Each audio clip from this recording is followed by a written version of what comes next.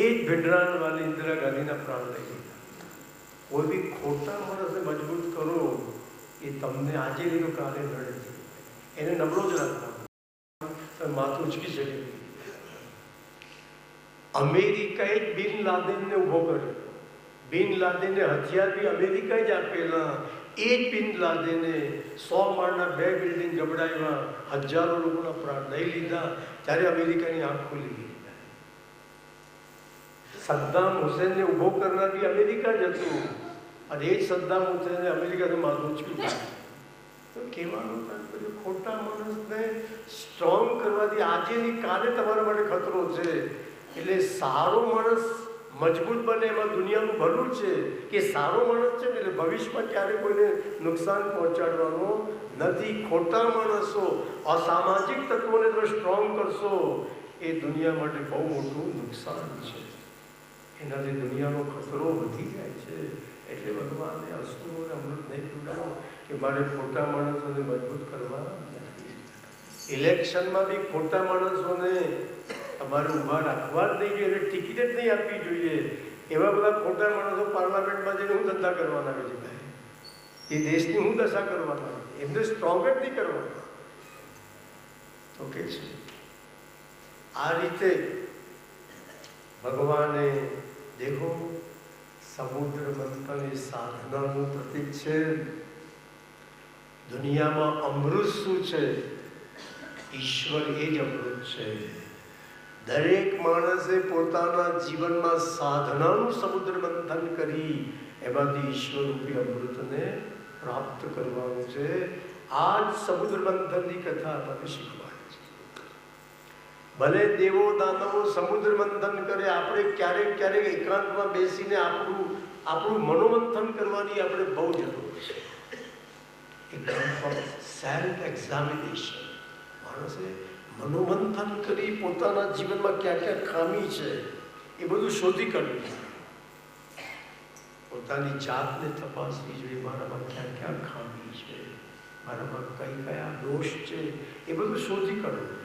અને બધી ખામીઓને જીવનમાંથી ધીરે ધીરે દૂર કરતા રહીએ તો આપણને પણ એક દિવસે સફળતાનું અમૃત મળી જાય. સમુદ્ર મંથનની કથા આજ તો શીખવાની છે. ત્યાર પછી દેવો દાનવો વચ્ચે યુદ્ધ થયું. એ યુદ્ધમાં દાનવોના રાજા બલિ હારી ગયા. બલિ રાજા ભલે હાર્યા પણ હિંમત નહીં હાર્યા. એ બલિ રાજા એના ગુરુ શુક્રાચાર્ય બલિ રાજા પાસે એક યજ્ઞ કરાવ્યો. યજ્ઞની સમાપ્તિમાં અગ્નિદેવે બલિ રાજાને રથ આપ્યો.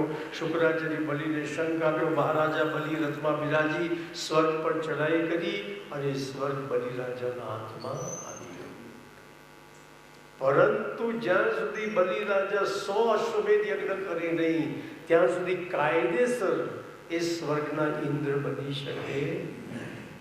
તો શુક્રાચાર્ય બલિને કીધું, બલિ હું તારી પાસે 100 અશ્વમેધ યજ્ઞ કરાવીશ, તને કાયદેસર હું સ્વર્ગનો ઇન્દ્ર બનાવીશ. અને બલિ રાજાના 99 અશ્વમેધ યજ્ઞ તો થઈ ગયા. એક અશ્વમેધ યજ્ઞ 3 વર્ષ ચાલે.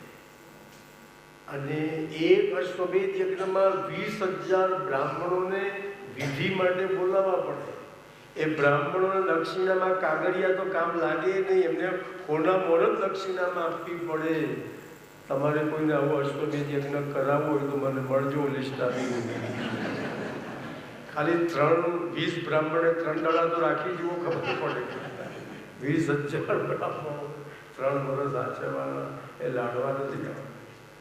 આવા 99 અશ્વમેધ યજ્ઞ તો બલિરાજાને થઈ ગયા. અને બલિનો છેલ્લો અશ્વમેધ યજ્ઞ ભરૂચમાં નર્મદા નદીના કિનારે ચાલતો હતો. આ બાજુ સ્વર્ગનો રાજા ઇન્દ્ર, ઇન્દ્રની માં અદિતિ, અદિતિના પતિ કશ્યપ, કશ્યપજી આશ્રમમાં આવ્યા. કશ્યપજીએ અદિતિને ઉદાસ જોયા તો કશ્યપે અદિતિને પૂછ્યું, દેવી આપ આટલા ઉદાસ કેમ? અદિતિએ કહ્યું, સ્વામીનાથ મારો દીકરો ઇન્દ્ર એનું સ્વર્ગ બલિરાજે પડાવી લીધું છે. મારો છોકરો ફૂટપાથ પર આવી ગયો છે અને છોકરા દુઃખી હોય, મા બાપને સુખ ક્યાંથી હોય? એવો કોઈ ઉપાય બતાવો કે મારા દીકરાનું ગયેલું સ્વર્ગ એમને પાછું મળી જાય. કશ્યપજી અદિતિએ કહ્યું, દેવી તમને હું એક પયોવ્રત આપું છું. આ પયોવ્રત દૂધ પીને કરવું પડશે. આ પયોવ્રતથી ભગવાન તમારે ત્યાં પુત્ર બનીને આવશે. એ ભગવાન બલિરાજાને ત્યાં જઈ છલ કપટ કરી અને તમારા દીકરાનું સ્વર્ગ પાછું. આજકાલના બહેનોથી તો આ પયોવ્રત થાય બી નહીં. એમને હવામાં ઉઠીને 2 ટી પીવાની ટેવ હોય, ચા પીવાની ટેવ હોય. ક્યાંથી આ વ્રત કરવાના હતા? એક બહેનને આ વ્રત આપેલું, તમે આ વ્રત કરો. તે બહેને પૂછ્યું, શાસ્ત્રીજી આમાં મારે શું ખાવાનું? મેં એટલું દૂધ પીવાનું. તો પેલા બહેન કે, શાસ્ત્રીજી પણ દૂધમાં થોડાક સાબુદાણા નાખું, તમને વાંધો કરો?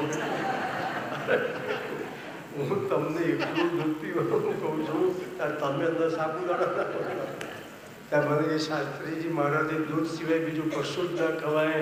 મેં કહું, દૂધ સિવાય બીજી 2 વસ્તુ ખવાય. એક ઠોકર ખવાય, બીજું ખાંસી ખવાય, ત્રીજું કશું જ ખવાય નહીં. પછી આગળ બેને મને કશું પૂછ્યું જ નહીં, ઘર ભેગા થઈ ગયા. અને અદિતિએ પયોવ્રત કર્યું અને પયોવ્રતની સમાપ્તિ વખતે ભગવાન આદિનારાયણ ચતુર્ભુજ સ્વરૂપે માં અદિતિની સન્મુખ પ્રગટ થયા છે. અને એ ચતુર્ભુજ નારાયણની તમારે માં અદિતિએ સ્તુતિ કરી છે. યજ્ઞેશ યજ્ઞ પુરુષા ચ્યુતતીર્થપાદ તીર્થશ્રવશ્રવણમંગલના મધ્યે આપન્નલોકવૃજિનો પશમો દયાદ્યો શન્નકૃધીશ ભગવન નસિદી નનાથ. માં ચતુર્ભુજ નારાયણની સ્તુતિ કરી અને અદિતિએ ભગવાનની આગળ એક ફરમાઈશ રજૂ કરી કે પ્રભુ બલિરાજાની ઘરવાળીને વિધવા ક્યારે બનાવશો? બોલો, કેવી ડિમાન્ડ નથી. ઇન્દ્રની માં અદિતિએ ભગવાનને શું કીધું? બલિરાજાની ઘરવાળીને આપ વિધવા ક્યારે, મતલબ બલિરાજાને ક્યારે મારી નાખશો? તો ભગવાને જવાબ આપ્યો કે માં, તમારી એ ઈચ્છા હું પૂરી નહીં કરું. હું સારા સંકલ્પો પૂરા કરું છું, ખોટા સંકલ્પો પૂરા કરતો નથી. વલ્લભાચાર્ય મહાપ્રભુ લખે છે કે જે વ્યક્તિની પાસે આ 4 વસ્તુ હોય એને ઈશ્વર બી મારી શકતો નથી. અને બલિરાજાની પાસે 4 વસ્તુ હતી એટલે ભગવાન એમની માને ના પાડી દીધી કે આ બલિરાજાની પાસે છલ કપટ કરી બધું છીનવી લઈશ, બાકી એને મારી નહીં શકું. એની ઘરવાળીનું વિધવા ન કરી શકું. એની પાસે 4 વસ્તુ છે, મારાથી ને મરાય. એ 4 વસ્તુ કહીએ તો બપોરની કથામાં તમને હું સમજાવીશ. અને देखो, ईश्वर सारा संकल्पो पूरा करे, खोटा संकल्प ईश्वर पूरा नहीं करे. कोઈને મારી નાખવાનો સંકલ્પ ભગવાન કરે. ભગવાને એમની માને ચોખ્ખું કહી દીધું, ભાદરવા મહિનામાં હું ફરીથી તમારે ત્યાં દીકરો થઈને આવીશ અને હું વિરાટ વામન થઈ બલિના યજ્ઞમાં જઈશ. છલ કપટ કરી બલિ પાસે આપણું સ્વર્ગ છીનવી લઈ તમારા દીકરાને સોંપી દઈશ. આમ એક પછી એક મહિનાઓ પસાર થવા લાગ્યા અને હવે ભાદરવો મહિનો આવ્યો છે. શુક્લ પક્ષ છે, દ્વાદશી તિથિ છે, બપોરના 12 વાગ્યાનો સમય છે, અભિજીત મુહૂર્ત છે. મહામુનિ કશ્યપ ગંગા કિનારે સંધ્યા ગાયત્રી કરી રહ્યા છે. આકાશમાં અપ્સરાઓ નાચવા લાગી, દેવો પુષ્પવૃષ્ટિ કરવા લાગ્યા. કશ્યપજી સમજી ગયા એકાએક ધરતીનું વાતાવરણ કેમ બદલાયું. જરૂર મારે ત્યાં પ્રભુ પધારી રહ્યા છે. કશ્યપજી દોડતા દોડતા એમની પર્ણકુટી પર આવ્યા. એમને પર્ણકુટીમાં આવીને શું જોયું? માં અદિતિની સન્મુખ ચતુર્ભુજ સ્વરૂપે નારાયણ ઉભેલા છે. કશ્યપ અદિતિએ એ ચતુર્ભુજ નારાયણના ચરણોમાં સાષ્ટાંગ દંડવત પ્રણામ કર્યા અને બે હાથ જોડી વિનંતી કરી, પ્રભુ આપ ચતુર્ભુજ થઈને પધાર્યા છો, જલ્દીથી બે હાથ વાળા વામન થઈ જાઓ. જ્યાં કશ્યપ અદિતિએ વિનંતી કરી ત્યાં તો એ ચતુર્ભુજ કશ્યપ અદિતિની સન્મુખ બે હાથ વાળા વામન થયા. દેવોએ પુષ્પવૃષ્ટિ કરી, જય જયકાર કર્યો. બોલીએ શ્રી વામન ભગવાનની જય. તમ બટું વામનં દૃષ્ટવા મોદમાના મહર્ષય કર્માણિ કારયામાસુ પુરસ્કૃત્ય પ્રજાપતિમ. એ પ્રગટ થયેલા વામન ભગવાન એનો હવે કશ્યપ અદિતિ એ વામનની પૂજા આરતી કરવા લાગ્યા. આપણે પણ પ્રગટ થયેલા આપણા વામન ભગવાનના પૂજન આરતી કરીએ અને ત્યાર પછી કથાને વિરામ આપીએ. અને આપ જાણો છો કે માના અત્યારે 12:30 વાગે પ્રસાદ જમી કરીને જવાનું છે. જેને પણ માના જવાનું બાકી હોય એ જરૂરથી લક્ઝરી બસમાં આવે. એનો જે કંઈ ચાર્જ હોય તમારે વામન નારાયણ વામન નારાયણ વામન નારાયણ બોલો રે. વામન નારાયણ વામન નારાયણ વામન નારાયણ બોલો રે. વામન નારાયણ વામન નારાયણ વામન નારાયણ વામન નારાયણ વામન નારાયણ બોલો રે. તમે વામન નારાયણ બોલો રે. વામન નારાયણ વામન નારાયણ વામન નારાયણ બોલો રે. વામન નારાયણ વામન નારાયણ વામન નારાયણ બોલો રે.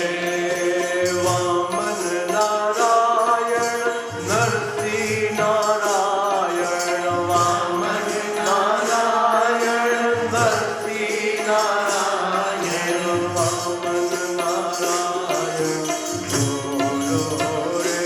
તમે વામન નારાયણ બોલો રે. કર્પૂર ગૌરમ કરુણાવતારમ સંસાર સારમ ભુજગેન્દ્રહારમ સદા વસંતમ હૃદયારતિમ ભવં ભવાની સહિતમ નમામિ. મંગલમ ભગવાન વિષ્ણુ મંગલમ ગગનધર મંગલમ પુંડરીકાક્ષ મંગલાય તનોહરિ સર્વમંગલં મંગલ્યે શિવે સર્વાધિકારિ શરણ્યે ત્ર્યંબકે નારાયણી નમોસ્તુતે નારાયણ. બોલીએ શ્રી વામન ભગવાનની જય. ત્વમેવ માતા ચ પિતા ત્વમેવ ત્વમેવ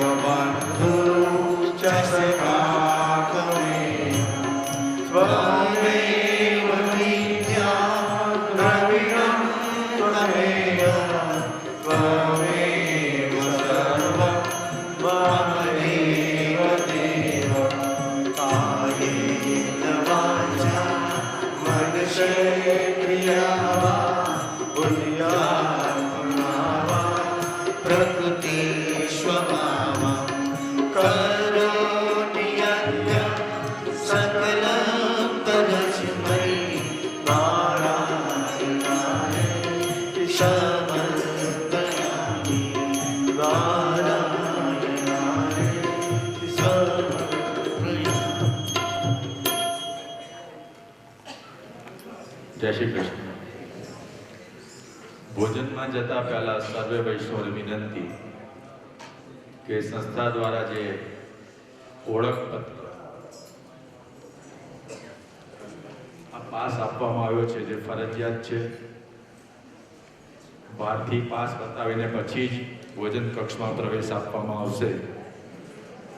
તો નમ્ર વિનંતી કે પાસ વગર ભોજન કક્ષમાં જવાનો આગ્રહ રાખશો નહીં. માના જવા માટે 2 બસની સેવા રાખવામાં આવી છે. બસના નંબર છે